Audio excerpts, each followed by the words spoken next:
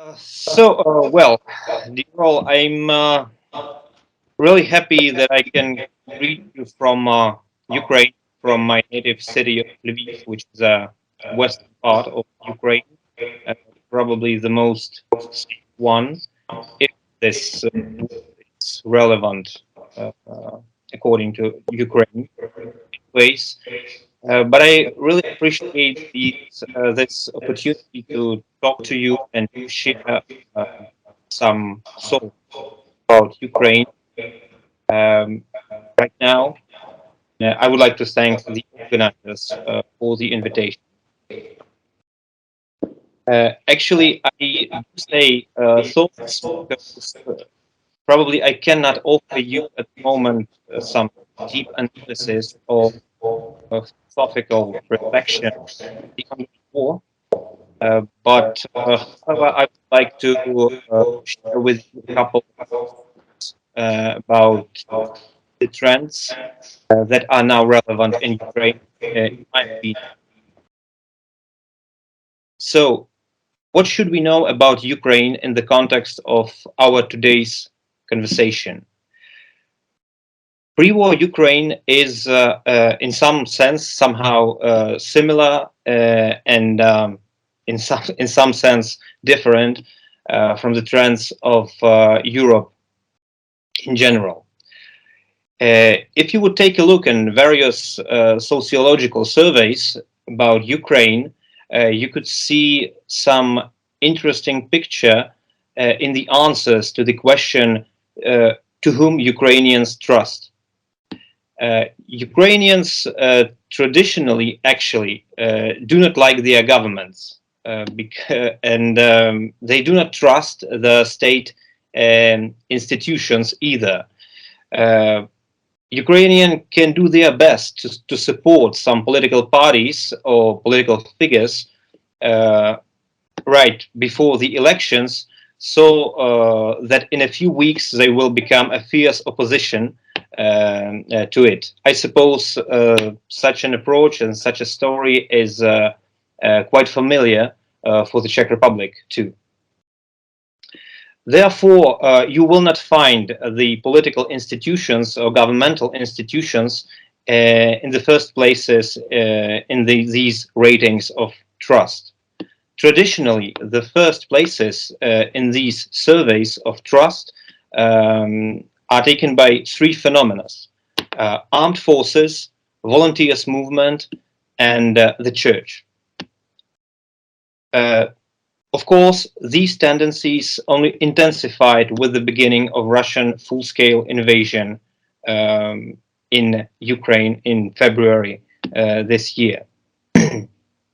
The armed forces and the volunteer movement is a quite obvious phenomena because we have to realize that war in Ukraine didn't start in February 24th, but has started in 2014 after the occupation of Crimea and Russian invasion in Donbass.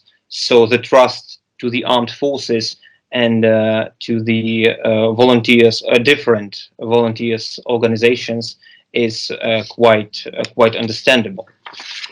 At the very same time, the fact that church, and I mean traditional churches, different churches, and institutional churches. This is some specific phenomena of Ukraine, the level of trust to these traditional churches in Ukraine. Uh, Ukrainians are historically not only a sufficient religious people in various senses of this word, but also a people in which history the church played a significant, important, and natural role during the times of different crises. Church played the role of shelter, the role of home, in a figurative or literal sense of the word. I think many of you have seen the pictures and footages from the revolutionary Maidan in winter 2000 2013, when students beaten by police slept after a night on the floor of St. Michael's monastery. It's a very center of Kiev near Maidan, where they hid from the prosecution of security forces. And I think that this was a very symbolic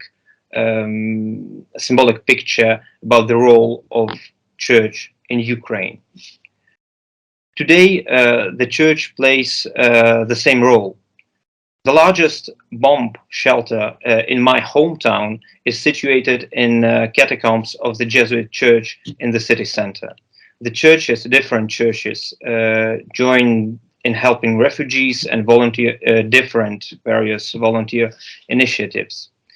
In the same church, this Jesuit church in the city center, funerals of fallen soldiers from my city take place almost every day. But the church itself also suffer losses.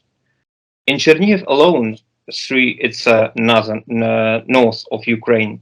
In Chernihiv alone, 3 priests were killed by Russians. A murdered priest was found in Bucha, Kiev region. A few weeks ago, a priest was killed during the missile attack in the town of Rubizhne in Donbass. So what I'm trying to say, the church is a part of Ukrainian society and now is going through the same pain and struggle as the whole Ukrainian people. We must understand that the war is not just not over, it will not be over in weeks and I guess in months. And the real tests are ahead of us. I was in Bucha, I was in Borodyanka, I was in Irpin and different towns and villages around Kiev right after the liberation. We spoke with the witnesses of mass murder. We were told about the rape and killing of civilians with their hands tied. It is an absolutely terrible individual and collective experience. The same findings and stories as in Bucha and Borodyanka are spread from other deoccupied cities. Shooting of civilians and rape of children in front of their parents, both girls and boys. And I want us to understand that now a large part of Ukraine is under occupation. At the very same time, while I'm speaking right now, the same atrocities are taking place right now in the occupied territories. And I'm not afraid of this word. We have every reason to say that genocide is taking place lived in Europe. I'm not saying this to some kind dramatize the situation. I just would like you to be able to imagine what kind of collective experience Ukraine are going through right now. And this experience, the experience of inhuman suffering and heroic struggle at the same time, makes Ukrainian very sensitive and demanding at the same time. Sensitive to every word and demanding for specific actions. And because of this, because of such a sensitive approach from a Ukrainian side, different kinds of misunderstanding arise between Ukraine and the whole world, I guess, and Europe. As far as traditional church, Catholic Church, for example, Orthodox also, but I would like to say a couple of words about the Catholic Church. So, as far as it is one of the biggest authorities for Ukrainians, the expectations are extremely high from Ukrainian side. And I have to say a couple of words. I'm pretty sorry to say that, but I think it's important for understanding Ukrainians' approach right now. The Vatican's position and approach is one of example of such misunderstanding in some sense. Yes, Pope Francis condemned Russian aggression, while the Vatican sometimes resorted to gestures and rhetoric, which is annoying, quite disturbing for Ukrainians. We are talking, first of all, about the gesture made during the procession on Good Friday, when the cross was carried by Ukrainian and Russian women. This gesture of reconciliation may be understandable from the Vatican point of view, but it seemed offensive to Ukrainians, both ordinary Christians and high-ranking churchmen. Ukraine now feels like a victim of a rapist. Ukraine is not looking for peace and not looking for reconciliation. Ukraine seeks victory and punishment of those guilty of inhuman crimes committed by Russians. Yes, Pope Francis is taking right initiatives, of course. He asked Putin to open humanitarian corridors and so on and so far. He criticized the Patriarch Cyril, but at the same time, one inaccurate phrase in an interview stated that he doesn't know whether Russia was provoked to invade by NATO pressure at the Russia's gate, and a new wave and indignation has risen in Ukraine. What I'm trying to say, such things may seem unfair from the point of view from the outside, but I'm pretty convinced that most Ukrainians see it this way on bare nerves and pay attention to every word. I have to say that Ukrainians are waiting for the Pope and have been waiting for all these months. Of course, there are already appeared some voices stating that the moment was lost. The Pope should have come a long time ago, if not to Kiev, then at least to Lviv, as John Paul II once did. I think such voices are not voices of anger. These are voices of frustration and the voices of hope at the very same time. Ukraine is undoubtedly waiting for Pope Francis. Ukraine wants more than condemnation of Russian aggression. We are waiting for some action. And I'm convinced that such a visit would be important not only for Ukraine, but also for Church itself. Because if there are people in need today, if there are people who not only need but also want the support of the traditional Catholic Church, these are Ukrainians. And for the Catholic Church, Ukraine is not just a crisis or some kind of a problem. It's a huge opportunity. I'm absolutely convinced and in my opinion, this chance should have been used. However, I would also like to say a couple of words about another aspect of Christianity that was fully revealed in this war. Professor Halik, in his book, which I'm currently translating, actually almost finished the translation into Ukrainian, speaks about the face of non-believers, that true Christianity is revealed not in dogmatic adherence to some doctrine, but above all in effective solidarity with one's neighbors. Professor Harik wrote about solidarity during the pandemic and during the waves of migration. He wrote that these manifestations of solidarity gave us the opportunity to look with hope into the future in the afternoon of Christianity. And I'm convinced that Russian war against Ukraine revealed such Christianity even more visibly and more vividly. Moreover, both in Ukraine and abroad, in Ukraine, which is definitely not the richest country in Europe, people are collecting billions in donation for the military and for families in need. The same wave of solidarity has risen around the world. A striking example is actually Czech Republic, a country that is often superficially considered perhaps the most atheistic in Europe. The Czechs are sacrificing their homes, comfort and money to support Ukrainians. And this is actually a Christian reaction of people, even if they do not associate themselves with Christianity. And therein lies the enormous potential for Christianity as such. If we are talking about the crisis of Christianity, about the noon, about the darkness of Friday, it is already here. It has come. It is in Ukraine. Because in addition to solidarity and all um, and to some positive aspects, many Ukrainians now are going through a crisis of faith. Many of my compatriots are now asking themselves, where was God when mass murder were going on in Bucha? Where was God when Mariupol was being leveled the ground? How to live after Borodyanka? How is reconciliation possible, or just how to live? And does faith make sense anymore?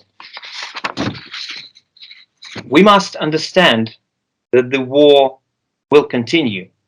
Actually, right now we are waiting for the third wave of mobilization, and it means that people like me, without any military experience, will go to training camps and then to the front lines.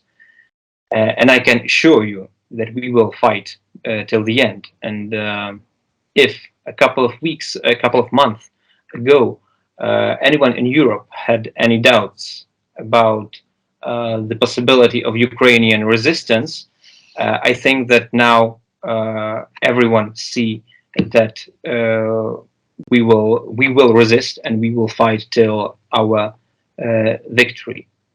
But I do realize that at the same time, this will cause fatigue and frustration. The resource of human empathy is not limitless. The media will write about other topics and other issues will be discussed at the conference and at the different conferences.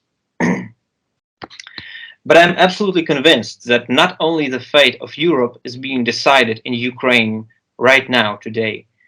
Um, in Ukraine, we are on the threshold of the afternoon of Christianity. And this is a challenge, and we have to deal with it from different point of views.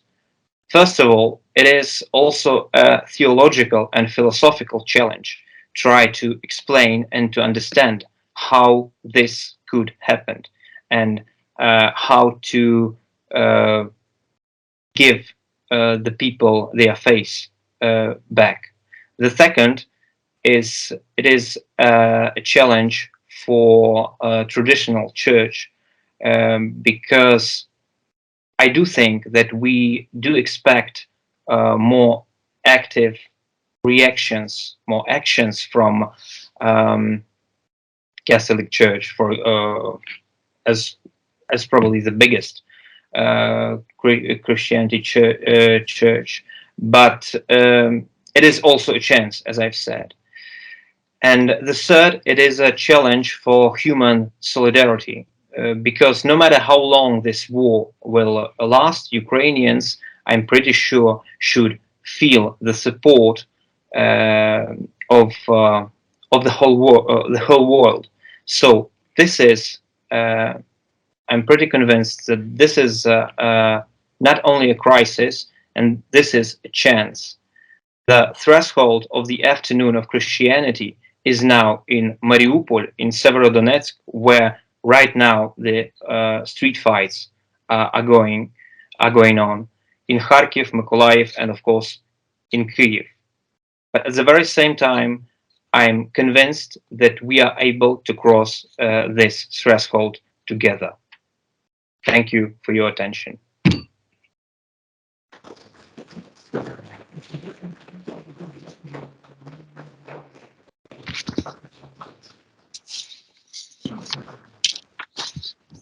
Thank you, Dr. Mokryk. Thank you very much for your contribution. And now I open the floor for discussion. If you will not hear the question properly, I will repeat it for you. So there is a time for your questions. Maybe I will start with one question. What do you say about the Russian Orthodox Church regarding the war? How it happened?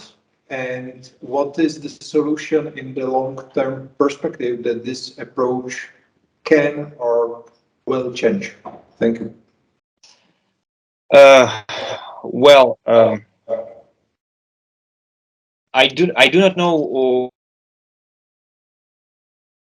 but I'm pretty convinced that Russian Orthodox Church is a part of the regime, Putin's regime, and it's this Russian Orthodox Church was used for uh, different propaganda, different types actually of propaganda, and Russian Orthodox Church support all this operation. Yeah, as Russians said, and I think it will be actually a huge problem because I do believe that Russians do trust, in some sense, this Orthodox Church. Uh, so I cannot offer any solution, but I just do realize that this is a part of the of all these crimes that Russians committed in Ukraine. But it will be a huge problem to be solved. I hope after our victory. Okay, thank you. We have two more questions.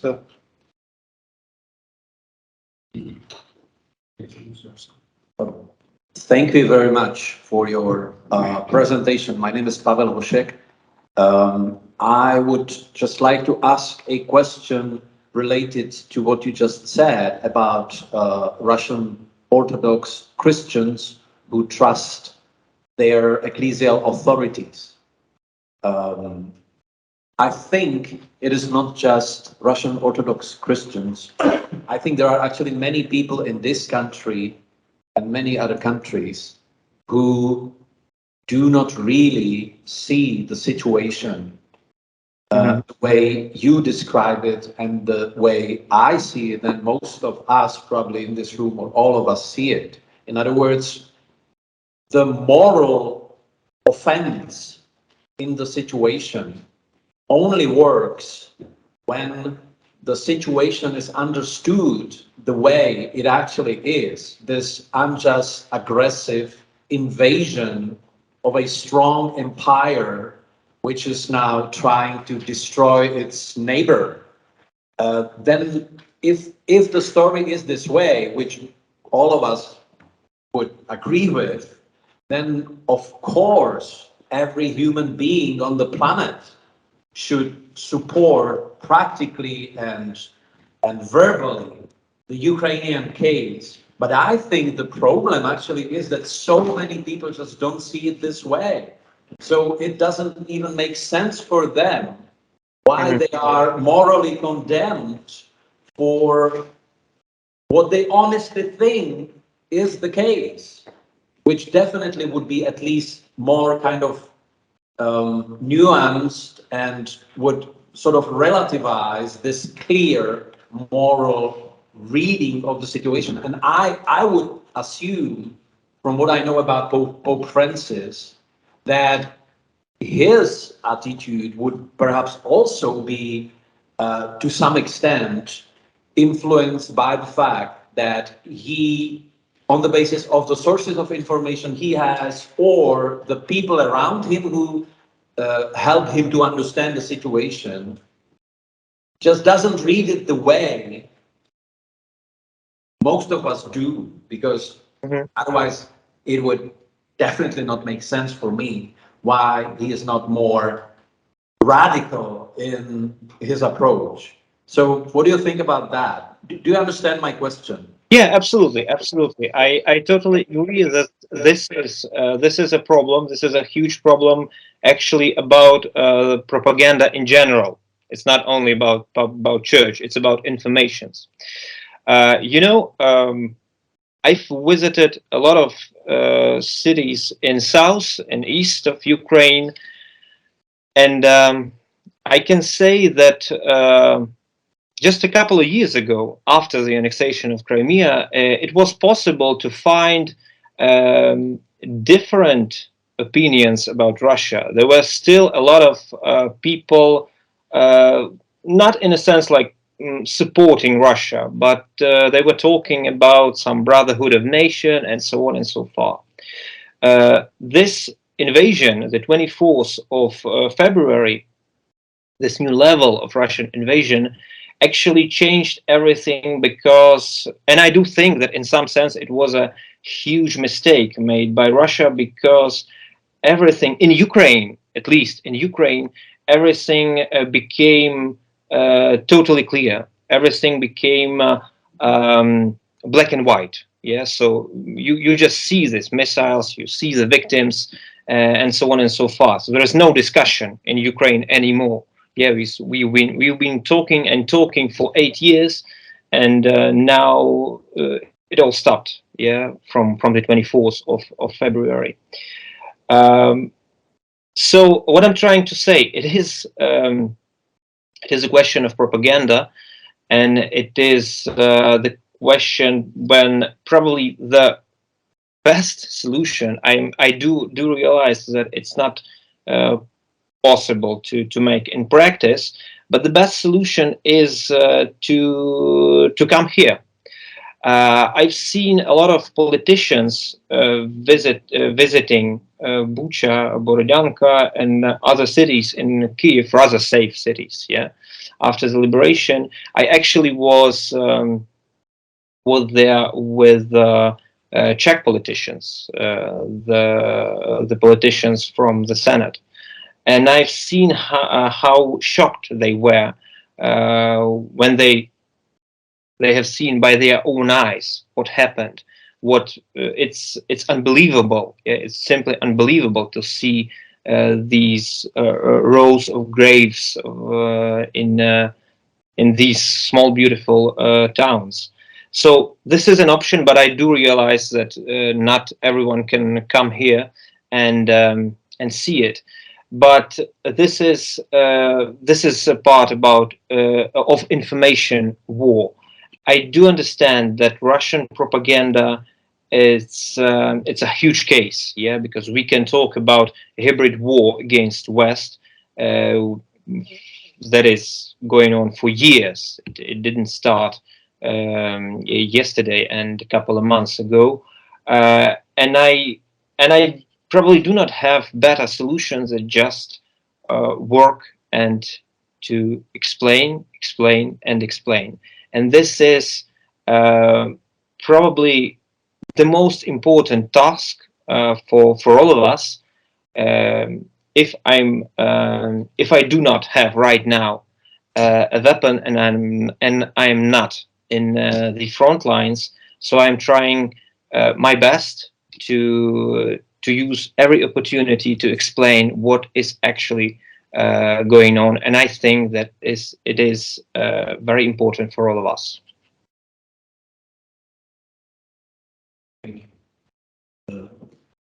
My name is Miroslav Kocur. I'm from Slovakia. I will just add something to Paul's question but from different point of view. Pope's statement about the possibility that it was the NATO's responsibility that the Russian aggression against Ukraine took place encouraged many people in Slovakia who are just supporting Russia. In Slovakia, Slovakia has the highest percentage of people who believe in conspiracy theories. It is about there are people who believe in conspirational theories in Europe, but we have data for this that in Czech Republic is about 20%. There are other countries in Slovakia, 56% people believe in conspirational theories also regarding vaccination, COVID, and also this Russian aggression. Could you just, you have mentioned that the best way is to come and to visit. Yeah, the Pope probably he would be granted this privilege and could see it on his own eyes. But at the same time, I would just ask you how you could explain or write a letter or to say and to send a letter to Rome that this was a really offensive statement, and even though it was expression of the doubt, it is not based on reality, and this is really hurting you. I think that this statement of Ukrainian people and people who are there, this is something what you can do in between. This is the message also for those who were misled by the same statement of the Pope, that it was really Russia's right to invade Ukraine. So I express you full solidarity, full support, and at the same time that we have suffered under Pope's statement, in the same way you in Ukraine. Yeah, thank you. Yes, I do think. Well, like first of all, I do realize, and that's why I was talking about the sensitivity, because I'm pretty sure that the Pope's initiatives are relevant and correct, but I'm just trying to stress that some inaccurate statement could cause problems. At the same time, I should say that we are working in this on this field. For example, this situation which I mentioned about the Good Friday and this case of Ukrainian and Russian women, there was reaction before this from Ukrainian side, and Vatican actually changed this approach. It wasn't cancelled like at all, but there was a reaction from Vatican.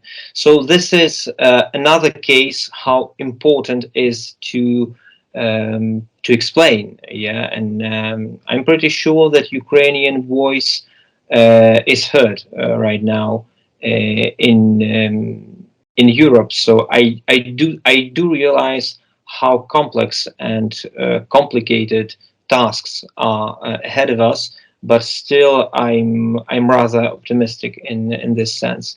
If we are talking about this general conspiracy theories, it's much more than just a question of war or religion. It's about the general, I would say, education of people. Yeah, because we can see, as you said, that the same people that now supports Russia, they were like against pandemic and so on and so forth. So this is a deep problem of weak education probably, and this should be changed from on all the levels of European society.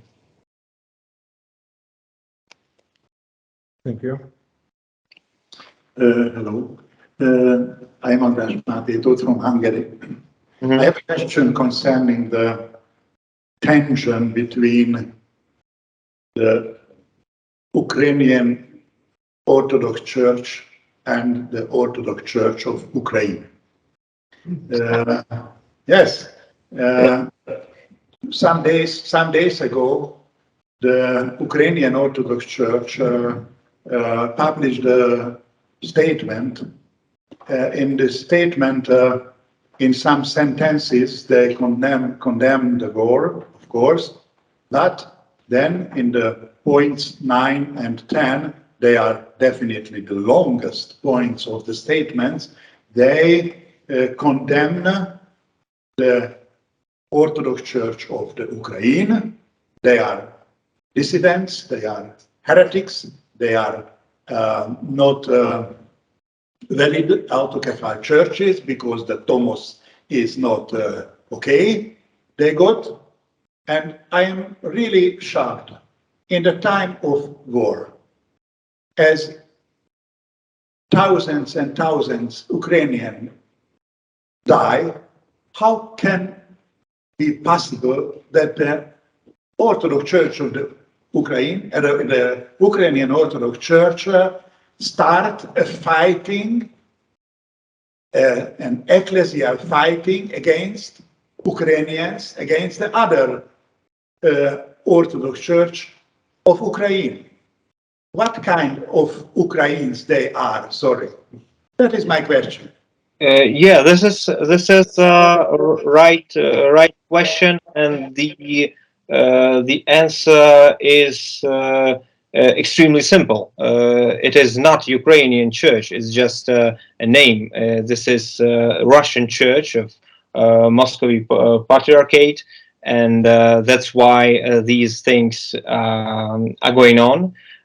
Because this is just actually a part of Russian system, which was.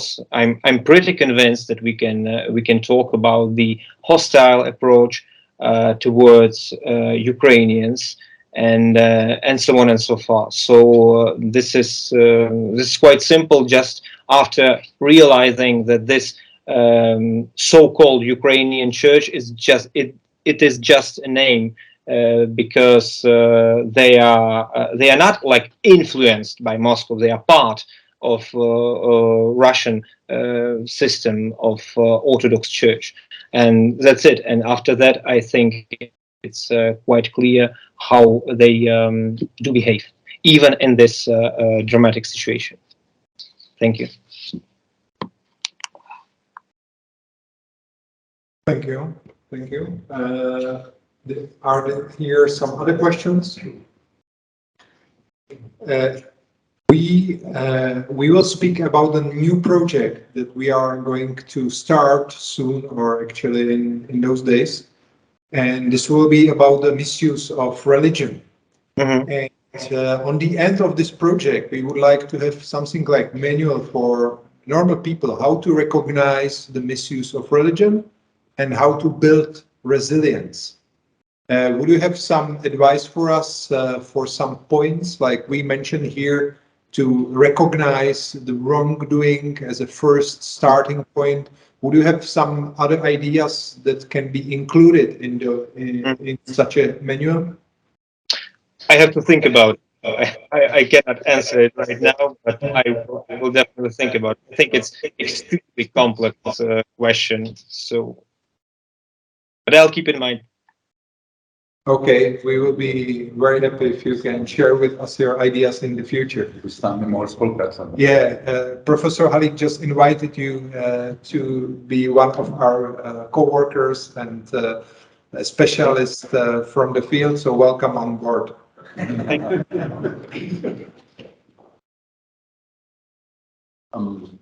Thank you. I have a very simple and practical question. We have a Ukrainian family with us at home, a family of 7 people, great people, and they have absolutely no idea whether they should prepare for a long-term stay, whether they should, apply kids for the local school, whether they should return back to Ukraine or perhaps return back next month, or whether they should really be thinking about staying in our country for the rest of their lives or for many years. What do you think? Or what? This is not a simple And question. sometimes one day they think this, and the next day or next week they think something very different because somebody tells them, or a distant cousin tells them something, and it's quite stressful for them. I mean, and we would like to be some kind of encouragement and bringing peace and comfort, but we have no idea what the long-term perspective is for people like them. Where are they from actually? What city? I don't remember the name of the. It's from a small village. Ukraine, I mean. Central Ukraine.